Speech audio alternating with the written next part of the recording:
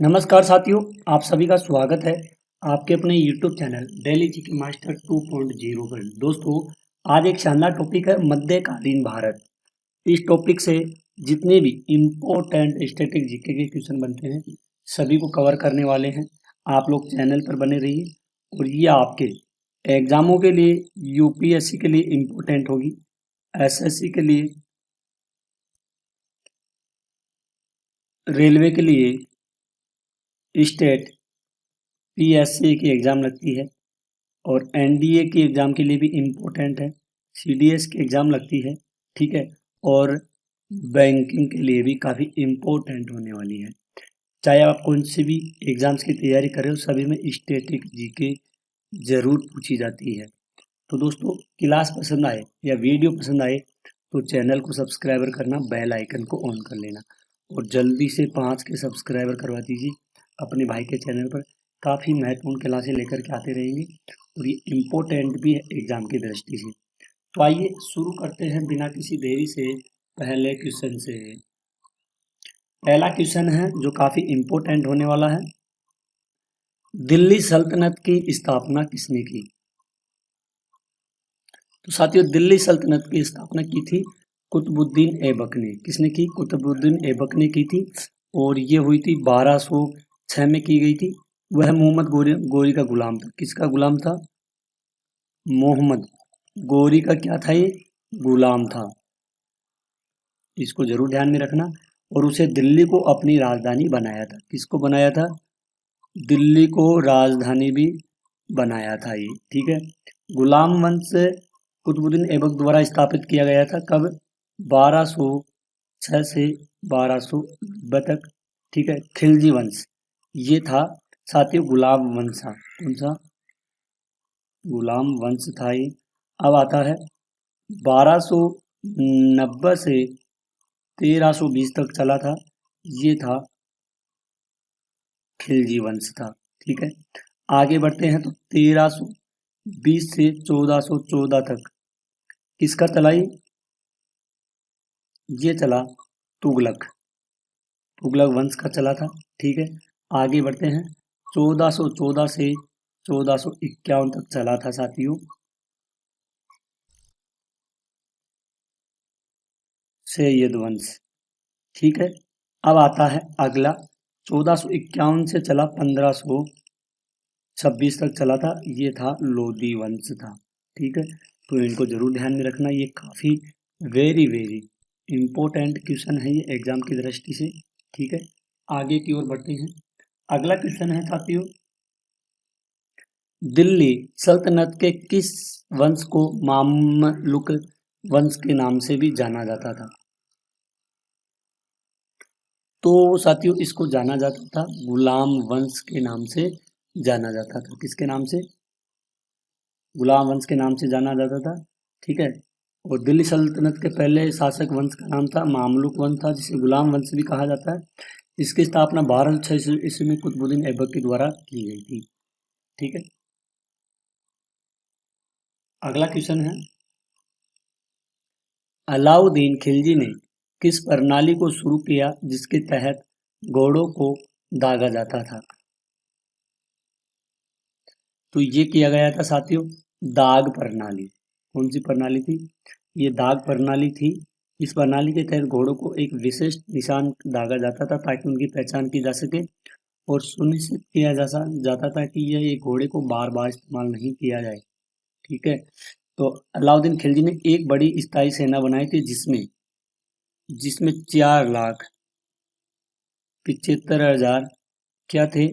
इसमें घुड़सवार थे। उसने अपने सैनिकों को कम वेतन पर रखा, लेकिन यह सुनिश्चित किया कि बाजार मूल्य नियंत्रण के माध्यम से उनका वेतन स्वीकार्य हो, ठीक है। काफी इम्पोर्टेंट है साथियों। आज के इस टॉपिक को अगर आप लोग अच्छे से पूरा देख लिया और ध्यान से पढ़ लिया ना, तो इस टॉपिक से कितने भी क्वेश्चन आए एग्जाम में, आप एक भी क्वेश्चन छोड़ने वाले नहीं हो। सभी एग्जाम्स को फाइट कर सकते हो, लेकिन वीडियो के एंड तक रहना पड़ेगा। अगला क्वेश्चन है, दिल्ली सल्तनत के किस सुल्तान ने तांबे के सिक्के चलाने का असफल प्रयास किया? तो ये था मोहम्मद बिन तुगलक। इन्होंने तांबे के सिक्के चलाने का असफल प्रयास किया। उन्होंने चांदी की कमी के कारण तांबे के सिक्के किए गए थे। कौन सी सदी थी? 14वीं शताब्दी में तांबे और पीतल के सिक्के चलाए जिनका मूल्य सोने और चांदी के सिक्कों के बराबर था। इसको जरूर ध्यान में रखना। ठीक है, आगे की ओर बढ़ते हैं साथियों। रजिया सुल्तान को किसने उत्तराधिकारी मनोनीत किया? तो इनको मनोनीत किया गया था इल्तुतमिश के द्वारा।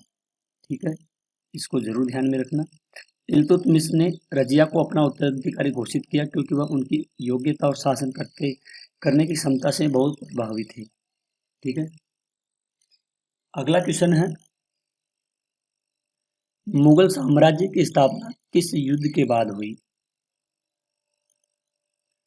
तो ये हुई थी पानीपत के प्रथम युद्ध के बाद मुगल साम्राज्य की स्थापना हुई थी। ठीक है, और कब हुई थी? ये हुई थी 1526 में पानीपत के प्रथम युद्ध, पानीपत के प्रथम युद्ध हुई थी के बाद हुई थी जब बाबर ने इब्राहिम लोदी को हराया था।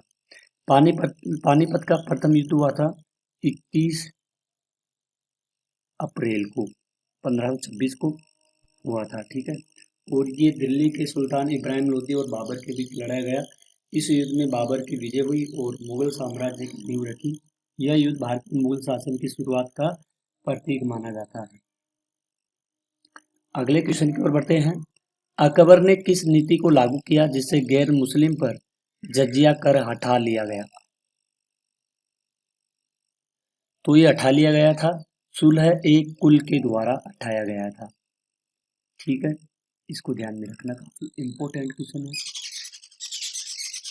औरंगजेब के शासन काल में मुगल साम्राज्य की भौगोलिक सीमा कितनी थी? तो इनकी भौगोलिक सीमा थी लगभग संपूर्ण भारतीय उपमहाद्वीप थी। ठीक है, भक्ति आंदोलन के किस संत ने निर्गुण भक्ति का प्रचार किया? तो प्रचार किया कबीर के द्वारा किया गया था। नोट करते चलना, सारे क्वेश्चन इंपॉर्टेंट है। सूफी संत निजामुद्दीन औलिया किस सूफी संप्रदाय से संबंधित थे? ये थे चिश्ती से संबंधित थे। किससे थे? चिश्ती। अगला क्वेश्चन है, कुतुब मीनार का निर्माण किसने शुरू किया और किसने पूरा किया? तो काफी इंपॉर्टेंट क्वेश्चन है। कुतुबुद्दीन ऐबक ने शुरू किया और इल्तुतमिश ने पूरा किया था। ये क्वेश्चन काफी वेरी वेरी इंपॉर्टेंट क्वेश्चन है। ये एग्जाम की दृष्टि से काफी महत्वपूर्ण है, इसको आप लोग जरूर ध्यान में रखिए। दिल्ली सल्तनत का अंत किस युद्ध के बाद हुआ था? तो इसका अंत हुआ था साथियों पानीपत का जो युद्ध था प्रथम, इसके बाद में हुआ था, जो ये युद्ध हुआ था 1526 में।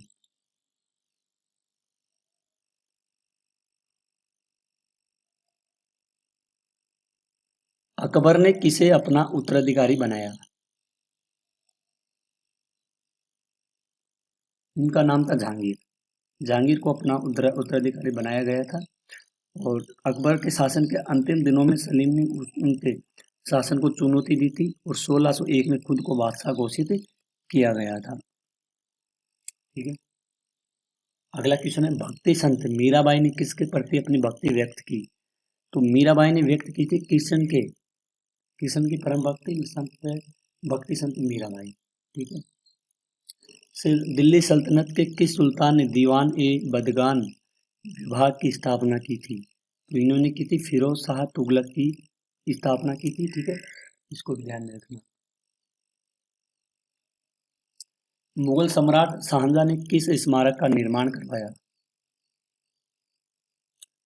तो इन्होंने करवाया था साथियों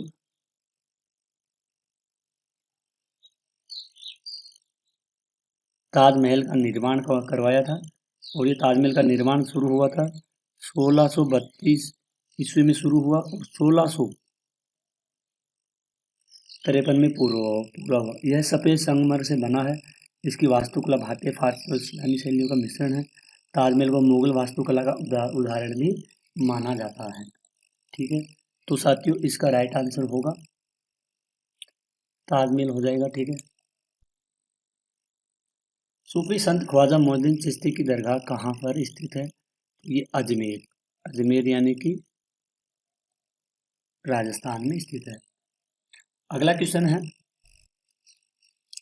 भक्ति आंदोलन के किस संत ने रामचरितमानस की रचना की? तुलसीदास के द्वारा की गई थी। कब? 16वीं सदी से शताब्दी में रचित एक महावरी काव्य है जो भगवान राम के जीवन पर आधारित है। यह अवधी भाषा में लिखी गई और इसे हिंदी साहित्य के महानतम कृतियों में से एक माना जाता है। काफी इंपॉर्टेंट क्वेश्चन है। दिल्ली के सल्तनत के किस सुल्तान को लाख बख्श कहा जाता था? लाख बख्श कुतुबुद्दीन ऐबक को लाख बख्श के नाम से जाना जाता था। अगला क्वेश्चन है, मुगल सम्राट अकबर ने किस शहर को अपनी राजधानी बनाया? तो इन्होंने बनाया था फतेहपुर सीकरी। फतेहपुर सीकरी उत्तर प्रदेश में एक शहर है जिसे अकबर ने 1571 से 1585 तक अपनी राजधानी के रूप में स्थापित किया था। यह शहर लाल बलुआ पत्थर से बना है और इसे साथियों विजय नगरी के रूप में भी जाना जाता है। ठीक है, तो इसका सी राइट आंसर हो जाएगा। तो साथियों आज के टॉप आपके थे 20 क्वेश्चन थे। ठीक है, अपन ने सभी को कवर किए हैं, सारे इम्पोर्टेंट हैं, महत्वपूर्ण है एग्जाम की दृष्टि से। आप वीडियो के एंड तक रहना है, चैनल को ज़्यादा से ज़्यादा सब्सक्राइब करके और बेल आइकन ऑन करना है और वीडियो को शेयर भी करना है और लाइक भी करना है और एक प्यारा सा कमेंट करना है और आपको अपनी राय देनी है। ठीक है, और साथियों जल्दी से जल्दी 1K सब्सक्राइब करवा दीजिए। ठीक है, तो आज की क्लास को यहीं ख़त्म करते हैं और मिलते हैं अगली क्लास में। तब तक के लिए धन्यवाद।